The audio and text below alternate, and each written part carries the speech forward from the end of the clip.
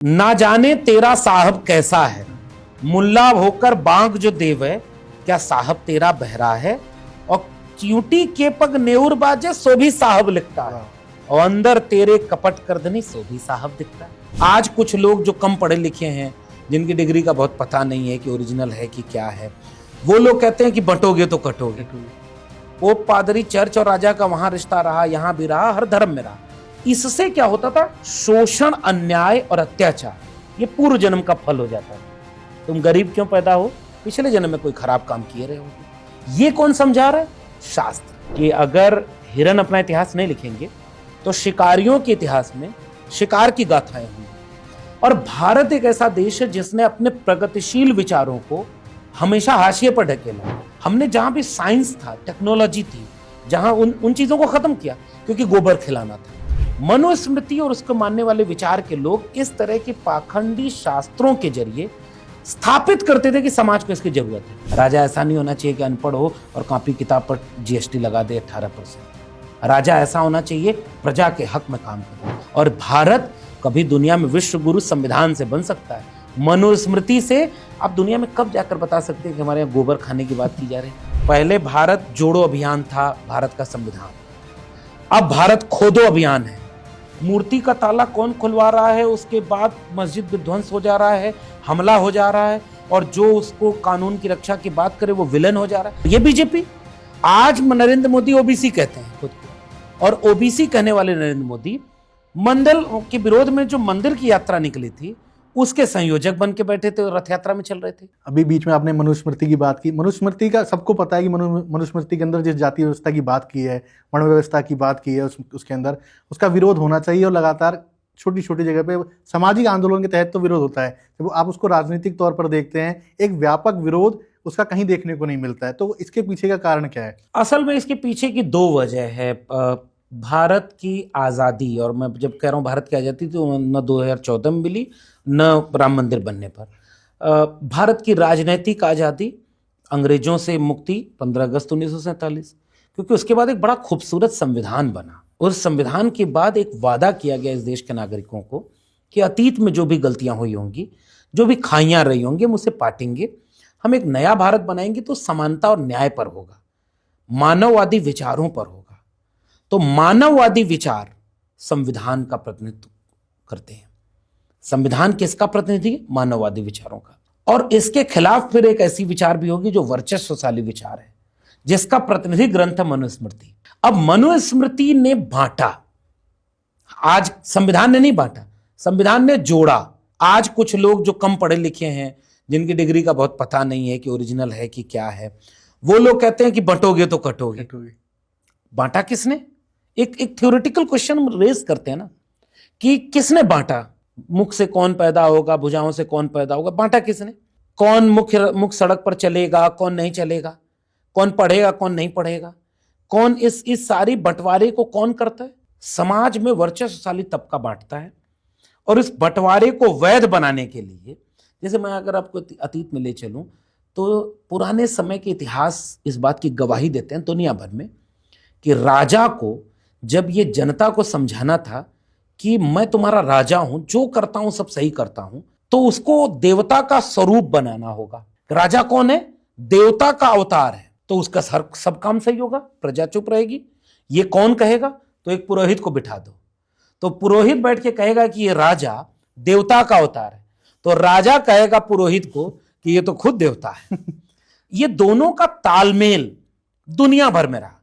Pope, पादरी, church और राजा का वहां रिश्ता रहा, यहां भी रहा, हर धर्म में रहा।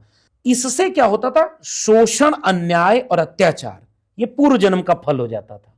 तुम गरीब क्यों पैदा हो? पिछले जन्म में कोई खराब काम किए रहे होगे। ये कौन समझा रहा है? शास्त्र। तो बाबा साहब अंबेडकर अपनी कई किताबों में इसको एक्सप्लेन कर चुके हैं कि देखो, जाति व्यवस्था को वैधता दी शास्त्रों ने, सामाजिक संरचना के रूप में स्थायी बनाया। बीच बीच में उसको तोड़ते हैं। जैसे मैं आपको एक बात कहूं कि ओबीसी में आने वाली सारी जातियां हर समय शूद्र नहीं रही, उनके राजवंश रहे। मैं पिछले दिनों महाराष्ट्र जाता हूं तो पता चलता है कि वहां दलित और पिछड़े में आने वाली जातियों के शासक रहे। जबलपुर एक जगह है, वहां गोंडवाना लैंड है, गोंडों का शासन है। भीलवाड़ा आदिवासियों का शासन है। और देवगिरी के यादवों का शासन है। इधर गुर्जर, प्रतिहार, पाल वंश, और पीछे जाएंगे तो मौर्य वंश, और ये सारे आज ओबीसी हैं। एक जमाने में इनके राजा हुआ करते थे।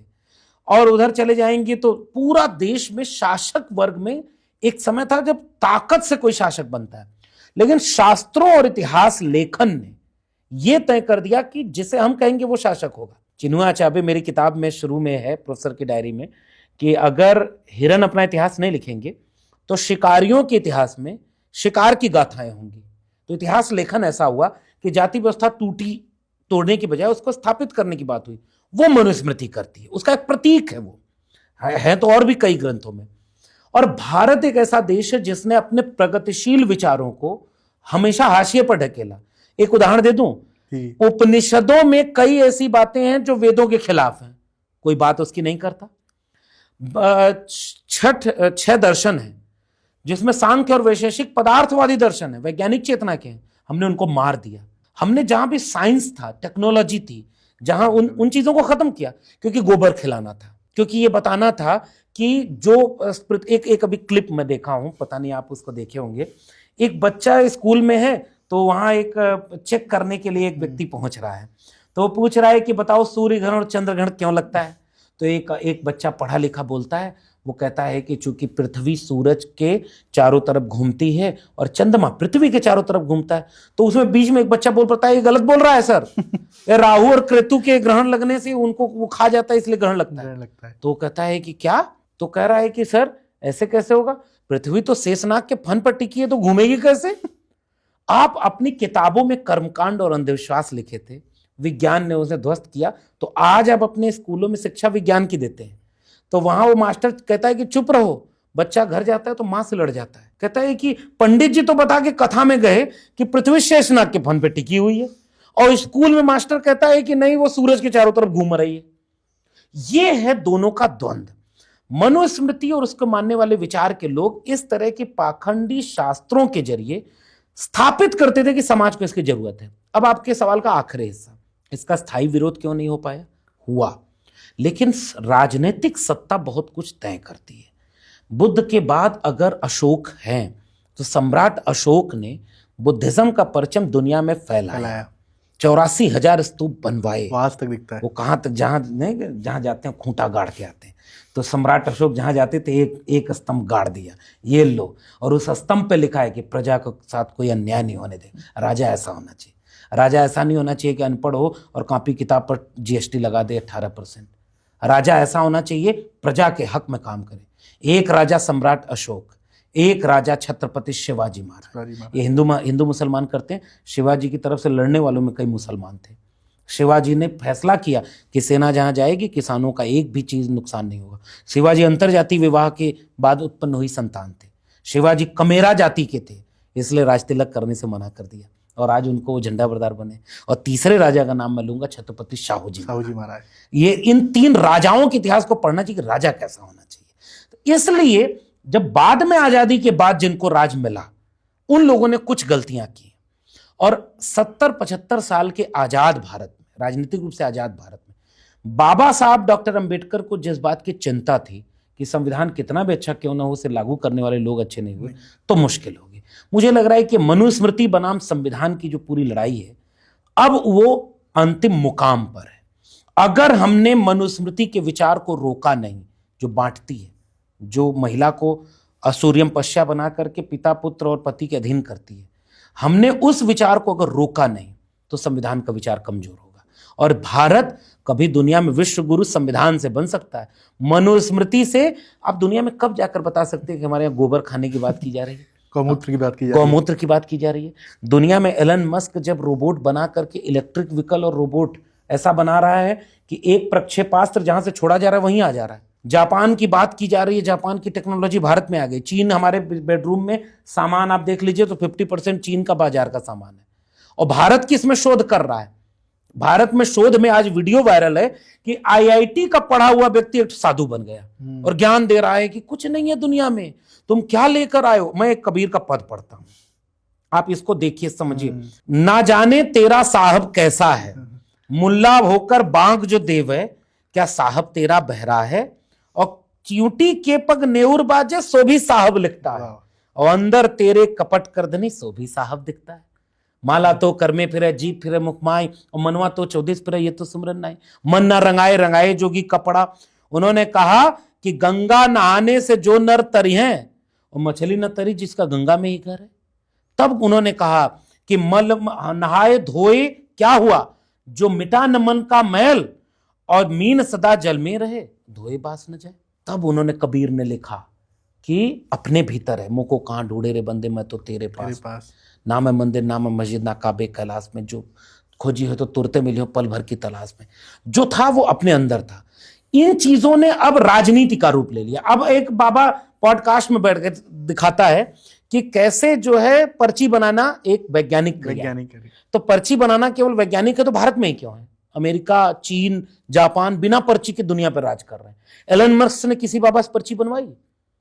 किसी ने जो आजकल एक देखा है, वो बाबा को मैं कैंची से हवा में ऑपरेशन कर रहा था, पथरी का, मंत्र मारा, जा बच्चा, बाबा खुश, अरे बाबा की जय हो। और अस्पतालों में लाइन लगी है गरीब कमजोर मजलूम लोगों की। ये विचारधारा का संकट है। देश में जिसको हुकूमत करने को मिले उसे वैज्ञानिक चेतना, उसे मानववादी विचार को आगे बढ़ाना था। जब वो धर्म का काम करने लगे, राजा पुजारी हो जाए और पुजारी नेता बन जाए तो देश डूबेगा। नेता को नेता का काम करना चाहिए। भारत का संविधान सेकुलर बात कहता है। हम अपनी लड़ाई इसलिए कमजोर पड़ रही है कि हमने घालमेल कर दिया, इसलिए मनुस्मृति के विचार को संकट की तरफ देख रहे हैं, और बाकी जो मानववादी विचार है उसमें मुश्किल आ रही है। अब वो आखिर में गालिब का एक शेर है ना कि जला है जिस्म जहां दिल भी जल गया होगा, कुरीदते हो जो अब राख जुस्तजू क्या है, और रगों में दौड़ने फिरने के हम नहीं कायल, जो आंख ही से न टपका तो फिर लहू क्या है। ईमानदारी इतनी होनी चाहिए। हमारे अंदर ईमानदारी नहीं है, इसलिए भारत अंतर विरोधों में जूझ रहा है। जैसे एक आखिरी बात बताऊं, आप रील्स देखते हैं, एक ही समय में खाना बनाकर अच्छा खाएं, इसकी भी रील्स वायरल है, और दूसरी तरफ वजन कैसे घटाएं, इसकी भी रील्स वायरल है। इन्हीं दोनों के बीच हमारा विरोधाभास की दुनिया जी रही है कि हम दोनों की दुकान चला रहे हैं। दुकान ऐसे चलेगी तो देश नहीं चलेगा। देश चलेगा संविधान से, वैज्ञानिक चेतना से, कलम और किताब से। अभी आपने बात की कि विदेशों में नए नए आविष्कार किए जा रहे हैं, नई नई चीज़ें खोजी जा रही हैं, कैंसर का इलाज ढूंढा जा रहा है, और हमारे देश में एक बहुत ही अभी चर्चित मुद्दा चल रहा है, मस्जिद के नीचे मंदिर खोजा जा रहा है, खुदाई जारी है लगातार। आप संभल देख लीजिए, जगह जगह पर सर्वे किए जा रहे हैं। इसके पीछे की पूरी जो कहानी है उस पर आप क्या कहना चाहेंगे? क्या एक एजेंडे के तहत बाकी मुद्दों से भटकाने की वजह है, या एक वही वैचारिक तरीके से लोगों को खत्म करने की? असल में सरकार में बैठे लोग साजिश में बहुत तेज होते हैं, वरना उनका झूठ दुनिया पकड़ लेती। तो वो पहले बचपन में सुनते थे, झूठ बोले कौवा काटे। अब लगता है इस देश में कोई कौवे नहीं बचे हैं। आप कितना भी बड़ा झूठ बोल लीजिए, और शर्त यह है कि जितना बड़ा पद उतना बड़ा झूठ। आप झूठ बोलिए चुनाव में कि आप रोजगार देंगे 2 करोड़ प्रति वर्ष, आप झूठ बोल दीजिए 15 लाख प्रति वर्ष देंगे, हर अकाउंट में पैसा आएगा, स्मार्ट सिटी, स्मार्ट गांव बनाएंगे, शिक्षा देंगे, कुछ भी बोल दीजिए। और जब आपका सरकार बने तो आप उसको डिलीवर न कर पाए तो मुश्किल होती है, फिर आपको ध्यान भटकाना होता है। वो हमारे गांव में पहले आता था जादू दिखाने वाला, तो झोला वोला लेके आता था और मिट्टी उठाता था, ऐसे फूंक मार के 2 फूंक मारा, पैसा बना दिया।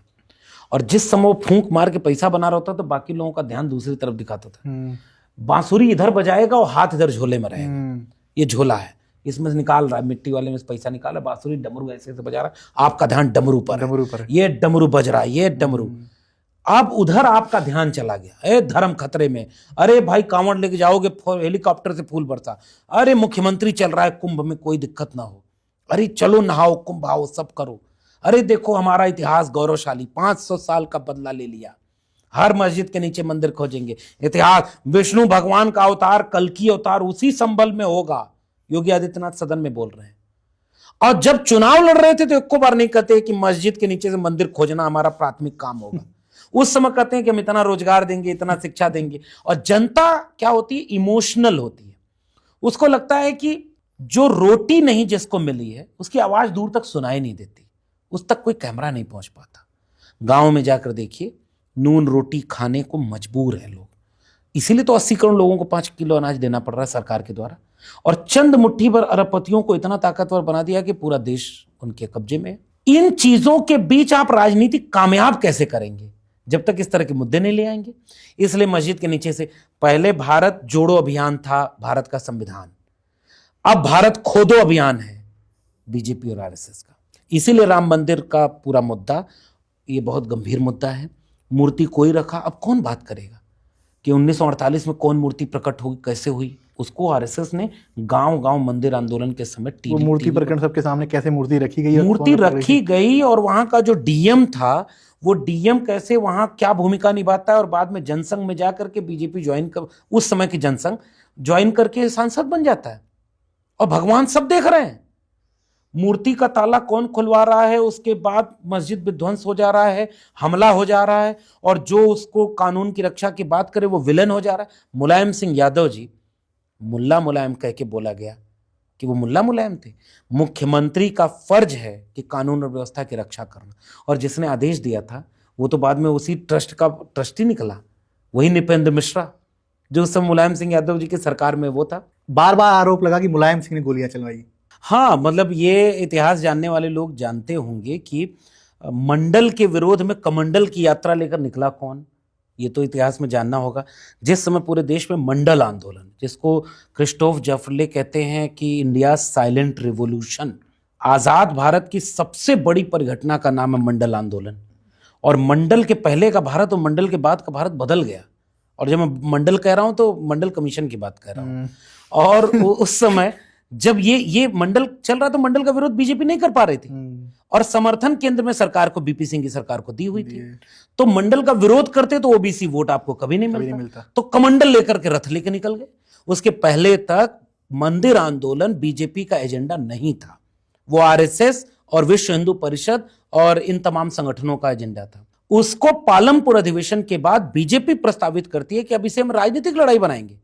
जैसे ही मंडल लागू हुआ, आपने राजनीतिक लड़ाई बढ़ाने के लिए मंदिर खड़ा कर दिया सामने, और रथ लेके निकल गए। और रथ लेके निकल रहे हैं, आगे रथ जा रहा है, पीछे दंगे हो रहे। इसीलिए कोई लालू प्रसाद यादव खड़ा होता है और समस्तीपुर में उस रथ को रोकता है कि आप संविधान के सामने खतरा बन करके आए हो, और इसी की सजा भुगतने के लिए लालू प्रसाद को जेल में डाला गया। वरना लुटेरे तो कितने बड़े बड़े हुए कि कौन बीफ कंपनी से चंदा लिया और कौन चंदा दो धंधा लो, इलेक्टोरल बॉन्ड से लेकर के बहुत कुछ इस देश में लूटा गया। लेकिन जेल में कौन जाएगा? लालू यादव। और उसी संविधान की रक्षा की शपथ जिसने ली, उसी के हफ्ते 10 दिन बाद अगर कोई मुलायम सिंह यादव उत्तर प्रदेश के मुख्यमंत्री, तो उनकी जिम्मेदारी तो है ना कि भाई कोई कानून और व्यवस्था से ऊपर नहीं है। अगर ऊपर हो गए तो मुख्यमंत्री अपना कानून बचाने के लिए अपना काम करेगा। और आदेश किसने दिया गोली चलाने का? वही नृपेंद्र मिश्रा, उस समय क्या पदाधिकारी, और बाद में वही बीजेपी ज्वाइन करता है, और वो ट्रस्ट में शामिल है, राम मंदिर ट्रस्ट में। और अखबार लिखता है कि हेलीकॉप्टर से गोलियां चलाई, सरयू का पानी ला, अफवाहें, गायें मर गईं। ये इसलिए प्रचारित किया गया कि कोई लालू यादव, कोई मुलायम सिंह यादव, कोई रामविलास पासवान, कोई शरद यादव, ये जो सामाजिक न्याय की लड़ाई लड़ने वाले लोग हैं, इनको विलन बना दो। इसलिए मुल्ला मुलायम कहा जाता था। एक भाषण में नेताजी ने कहा कि कोई हमें मुल्ला कहे, कोई हमें चौधरी कहे, कोई हमें कुछ भी कहे, हमें फर्क नहीं पड़ता। इस देश के कमजोर तबकों को ताकत दिला करके, उनको सम्मान दिला करके, उनको बराबरी में लाने के लिए जो भी बदनामी सहनी होगी हम सहते रहेंगे। इसीलिए नेताजी को आज बात करना। और ये बीजेपी, आज नरेंद्र मोदी ओबीसी कहते हैं खुद को, और ओबीसी कहने वाले नरेंद्र मोदी मंडल के विरोध में जो मंदिर की यात्रा निकली थी उसके संयोजक बन के बैठे थे और रथ यात्रा में चल रहे थे। इसलिए बहुत लंबी लड़ाई है, और इस लड़ाई में आज संविधान सब कुछ बचाएगा।